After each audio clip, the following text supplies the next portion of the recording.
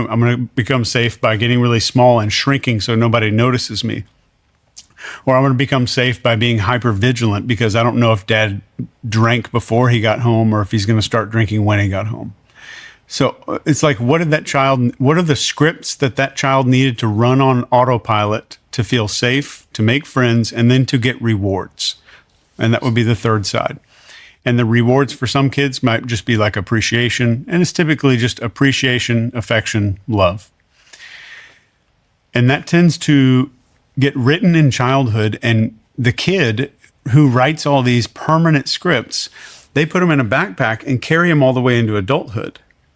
Yeah. And 90% of us are walking around with this exact triangle governing our life. And if you look around at people at work, you see this woman who every time there's a meeting, she wants to speak up a lot, but then she shuts her mouth and her body shuts down and all that kind of stuff. Mm-hmm. You're seeing an 8-year-old who got yelled at a family dinner table. Mm-hmm.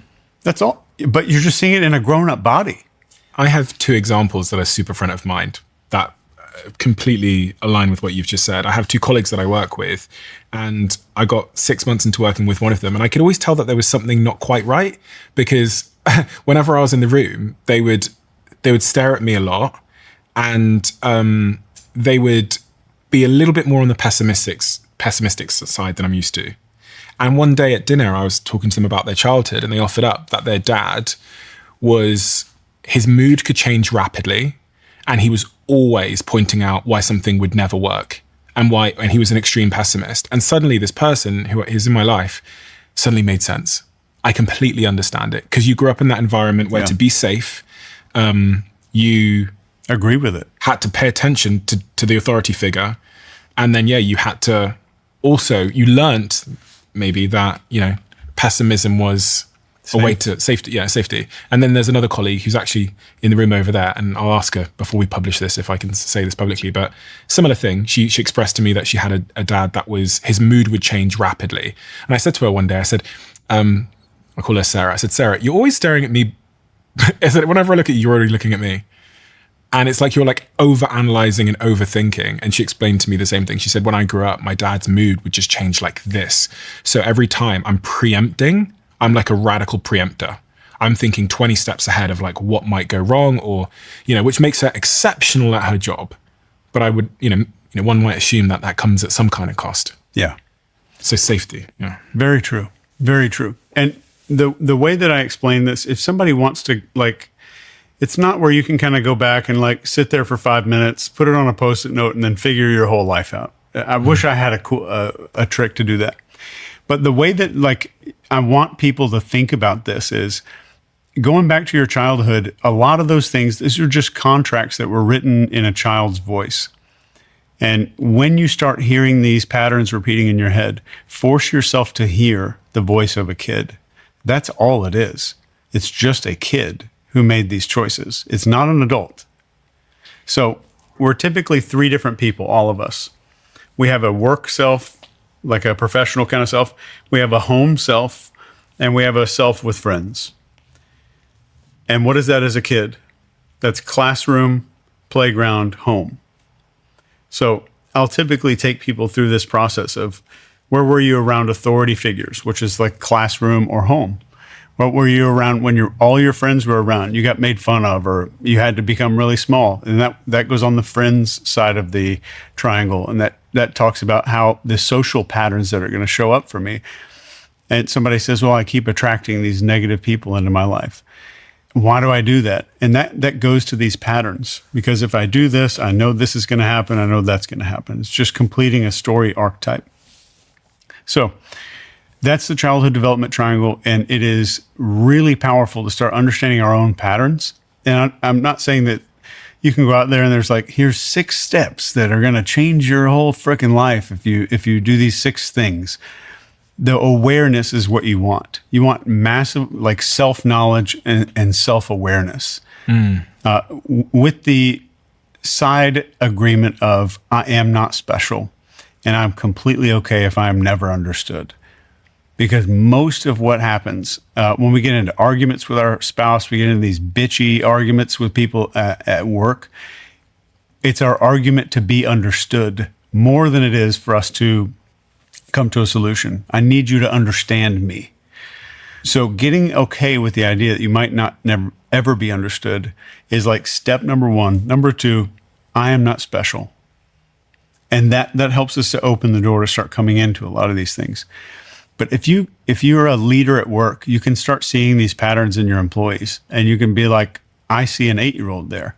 And if you get to a point where you're seeing some of these, a behavior that might have pissed you off in somebody that works for you, and you're like, wait a second, now I can see exactly what's going on because this, and this probably happened. You don't need to make some prediction or fortune telling thing about their childhood, but you're starting to see these patterns, and you know now how your team's going to respond in conflict. And if it's a conflict and it's social, you're seeing all their friends' patterns. If it's a conflict and somebody might be losing their job, you're going to see their safety patterns come out, and you'll see your own. So do you think I should go to the key people in my life, maybe my team, and ask them these questions around how did you make friends? Is that the question? What did you do to make and keep friends? What did you do to make and keep friends? And what was the safety question again? Like what did you need to do or avoid to feel safe? And the rewards one? What did you feel? And this one's always, you want to put the word feel in there. What did you feel like you had to do to earn rewards? And what were rewards to you? Okay. It was appreciation, or somebody that's like hyper significance driven. Like, I've got to have the Rolex, I've got to have the Ferraris and all of this kind of stuff. They never got rewards because their parents ignored them unless they brought home a certificate. Their teacher called and said they did a good job. They played the piano recital and did a great job. And lots of people were acknowledging them and clapping for them.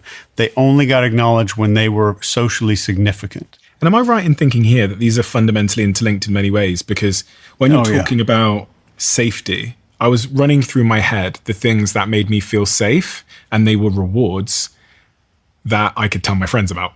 Yeah. So I touched all three of them, and in part because I was thinking I was very different to my social group when I was younger. We were the black family. There wasn't another black family that I knew of, other than maybe one other kid, I think, in the area in Plymouth in 1994 or 5. So some of the material things I wanted, like the shoes that everyone had, made me feel safe because they made me fit in. Yep. And that, and that got me friends. Yep. Or at least I thought it did. So for me, it really was like an interconnected triangle. Yeah. That's just one of many examples that I could think of. It does tend to do that. And I will typically wait for somebody to figure that out. And as they're filling it out, they're kind of like, oh, I did this because of this to get to this. Mm-hmm. And you'll see a little cycle start happening.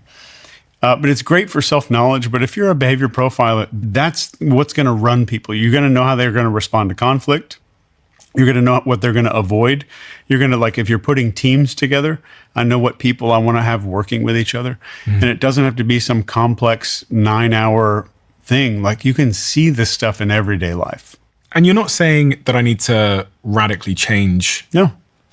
But what if one part of this triangle, or one behavior I've learned for safety or for rewards or for friends, is making my life worse? Yeah. It could be ruining my life. It could be the thing standing in the way of me having a romantic relationship or getting promotion or building a business. It's like getting in the way now. Yeah. What do I do, Chase? So you've identified the pattern. Let's assume that you've got it. You're like, oh, I've got this shit that's happening on repeat. The part 2 of this is I need to focus on that being a kid. That belongs to a child. And I need to write down this, here's how that child wrote the contract, made the promise to themselves, developed the contract. And then even if you make it up, I'm going to write down a little thing. When did this kid bring it into adulthood? I need to stay small in order to stay safe. Let's say it's one of those things. And then you just start telling yourself that is a child's voice. That's a child's voice. So the voice is not going to go away. That's the sad part. That's like you trying to not complete the sentence, Mary had a little, in your head. You can't get rid of it. No matter how hard you try to delete that, it's repeated over years and years, just like one of these things. What truly changes for you is hearing a misguided child who developed a coping mechanism for the world, not knowing that they just assumed, I'm going to have this forever. I'm going to need this as an adult. I'm going to bring this into my adult life. Part 2 of this is you make a like a wallpaper or something for your desktop, and we're talking about being negatively motivated, we're away from negative things. You make a motivational wallpaper that has your big limiting belief on it, and then take it to an extreme. I had a client that had this, if I say small, I'm going to be safe. And he was in a business, like he owned a business, but he wouldn't go get these big clients, and he wouldn't go do this. And the guy's got 3 kids. And I said, I want you to make a desktop wallpaper that says, my kids don't deserve for me to be successful. And I want you to look at it every single day when you turn your computer on, because that's exactly what your belief is saying. Because if your kids truly deserved it, it would override the belief. So you just need to write the belief in plain English. And what it's truly, truly costing you in your life is, my kids don't deserve me to be successful. My kids don't deserve money. And that's what it comes down to. And every day you look at it, you have a feeling of disgust, and there's a hyper awareness of that thing running in your head. You're going to be more prone to hear it when it does come up.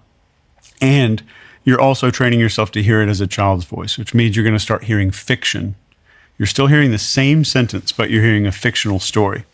There's 2 parts to this. I love this. And there's 2 parts to it that I think I wanted to talk about. The first is, in doing so, in waking up in the morning and seeing my wallpaper that says, like, my kids don't deserve a great life or whatever, of course, it's going to motivate me to take action, which is then going to start to build new evidence. Once I take action, once I win that big client and I realize that everything's fine, which is going to change my life. And then the second point I wanted to point out is, like, people listen to podcasts like this and they write this stuff down, and then they have relapses and things don't change fast enough. And I think that can sometimes make them feel hopeless or inadequate, because they heard it on the Diary of a Seer or whatever, and then they did it for a bit and they struggled and it didn't quite work out, and then they went back to their old behavior. And I think in part this happens because we live under the presumption that this stuff is easy and it's fast, and that at some point in the future, I can fix my trauma. Like, I think one of the best realizations I ever had was realizing that the bullshit that I've carried with me in that backpack since I was a kid, that the stuff about what will make me safe or what will reward me or how I'll make friends or who I am or whatever, my survival mechanisms, they will be with me forever. And actually, instead of trying to delete them or like throw them out the backpack, what I was able to do is like turn down their ability to make the decision. That's it. That's it. You've totally got it. And I would say this for anybody out there, that you're trying to go through this and you're having a hard time. I get it. It's totally tough. The number one way that we influence another human being, let me just kind of metaphor this for 1 second.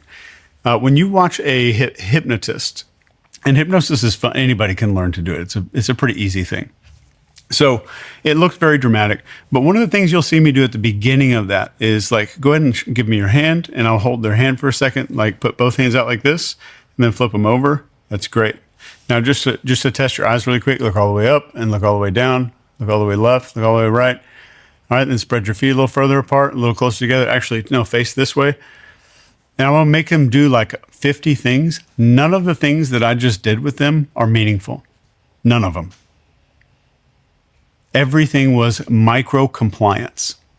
So this is how social media starts roping you in. This is how politics starts roping you in. This is how cult leaders will recruit you into a cult. Micro compliance.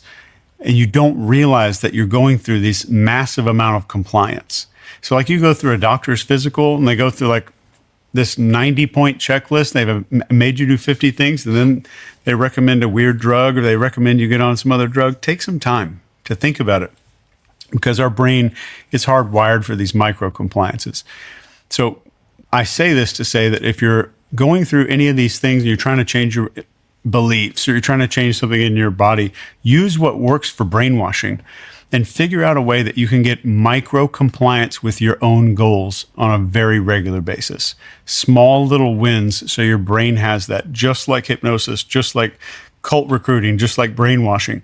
Small little things at the very beginning. So everything in influence should be looked at as a wedge. Everything. It reminds me of that famous study they did where they got people to give electric shocks to other people, the Milgram obedience experiment. Yeah. And they managed to get a member of the public to give another member of the public lethal electric shocks just through sort of micro compliance, but also through authority, because the experimenters were like wearing white jackets, white overalls, etc. And here's the second thing in that experiment that's going to perfectly tie back to this. So this experiment that you're talking about happened at Yale University. It was 1962. And there's tons of data on it, but essentially strangers would shock another person seemingly, or what they thought was, to death, just because some dude in a lab coat told them to. But what they didn't account for, and even Dr. Milgram's book was called Obedience to Authority. They thought it was all about the authority, the lab coat, the guy's tall, it's a professional setting. But really think about, if you go back to our ancestors, like the most important resource to your ancestors was focus. There's nothing more important than focus. And the number one way to generate focus, and if I don't have your focus, I can't command authority, right? So focus is always first. Focus, authority, tribe, and emotion. Those are the four things that govern a mammal. All mammals, dolphins, doesn't matter. So I have to have focus before authority, and they didn't talk about that. And the way to get focus is through novelty. Novelty meaning? Something unexpected is occurring. So like if you walk past the same bush every day 10,000 years ago, and your job is to carry fish from the river, and suddenly you walk past that bush and you hear a big ass stick snap. All of your focus, all of it is on that stick. It's not on your kids. It's not on your health. It's not on anything that's going on. It's to this new unexpected piece of information. That hijacks our brain. Anything novel hijacks our brain. So if you see and it follows that pathway, focus, then authority, and then tribe, what's everybody else doing, and then emotion. Then how do I feel about it? So and what happens is we are hardwired to respond to these things. You cannot decide not to respond to novelty. Your head turns to loud sounds, all this stuff happens. So the way that if you're trying to do this, like brainwash yourself, is change your house up, change something up in your life, change your wardrobe, repaint the walls in your office, move your furniture around, buy a new car if you can. I want you to just imagine how would I influence my dog in this situation? I would need imagery. I would need something to shift.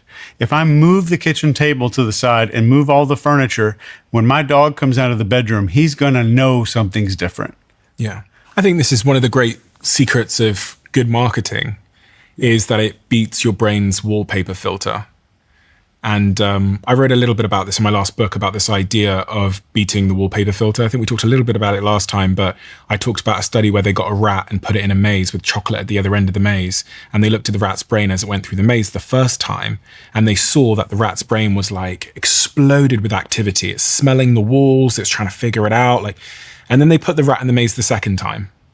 And there's almost no brain activity because it's on autopilot. It knows the maze, so it doesn't need to use any of its cognitive resources. Its cognitive resources can be allocated to new, surprising things. The maze is no longer surprising. Whizzes through the maze to the chocolate. And even as you think about how you got out of your bed this morning and got down to the kitchen, you didn't have to think. So you paid no attention. Yeah. But you would have paid attention if you walked down there and your sofa wasn't there. And how does that then apply to marketing? So how do you surprise people is a central question of anyone who's trying to build a personal brand, start a podcast, or do marketing. But I guess also to persuade people. So one of the things I think about a lot when I talk on stage is I know I'm competing with your mobile phone, your Twitter feed, or your TikTok. So I have to do something almost every 10 seconds to catch you off guard. And Mr. Beast, I guess, is the great master of this. And it's probably why he's got 500 million YouTube followers. Because the minute that video starts, you're hooked in. You're hooked. But that's the power of novelty. I would challenge anybody to take this challenge. If you're scrolling through short form content, watch for something that jerks your attention, some kind of weird novelty thing that happens.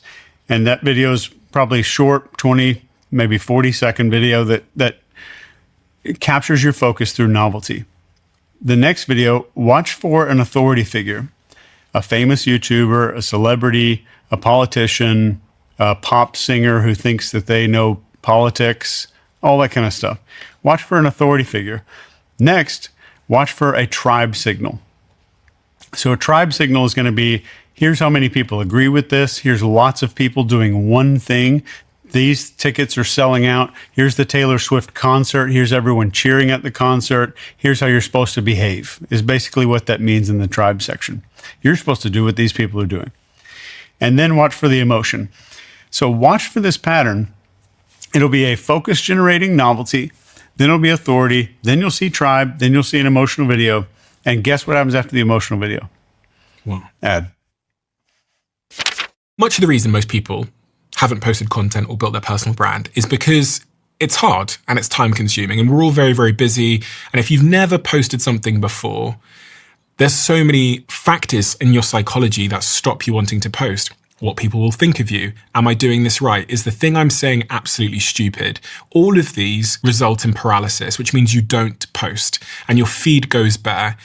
I'm an investor in a company called Stan Store, which you've probably heard me talk about. And what they've been building is this new tool called Stanley that uses AI, looks at your feed, looks at your tone of voice, looks at your history, looks at your best performing posts, and tells you what you should post, makes those posts for you. You can also just use it for inspiration. And sometimes what we need when we're thinking about doing a post for our social media channels is inspiration. Building an audience has fundamentally changed my life, and I think it could change yours too. So I'm inviting you to give this new tool a shot and let me know what you think. All you have to do is search coach.stan.store now to get started. I've had so many founders speak to me and say, why didn't this particular ad that I ran on this platform work for me? Maybe the copy wasn't good, the creative wasn't strong, but usually the problem is they're not having the right conversation because that ad never reached the right person. And if you're in B2B marketing, that is much of the game. And this is where LinkedIn ads solves that problem for you. Their targeting is ridiculously specific. You can target by job title, seniority, company size, industry, and even someone's skill set. And their network includes over 1 billion professionals. About 130 million of them are decision makers. So when you use LinkedIn ads, you're putting your brand in front of the right people. And LinkedIn ads also drive the highest B2B return on ad spend across all ad networks in my experience. If you want to give them a try, head over to linkedin.com/diary. And when you spend $250 on your first LinkedIn ads campaign, you'll get an extra $250 credit from me for the next one. That's linkedin.com/diary. Terms and conditions apply. I heard you say something as well that if you want to persuade other people, you should make them feel clever. Yeah. Explain this to me. I refer to this as maybe the most dangerous persuasion skill there is.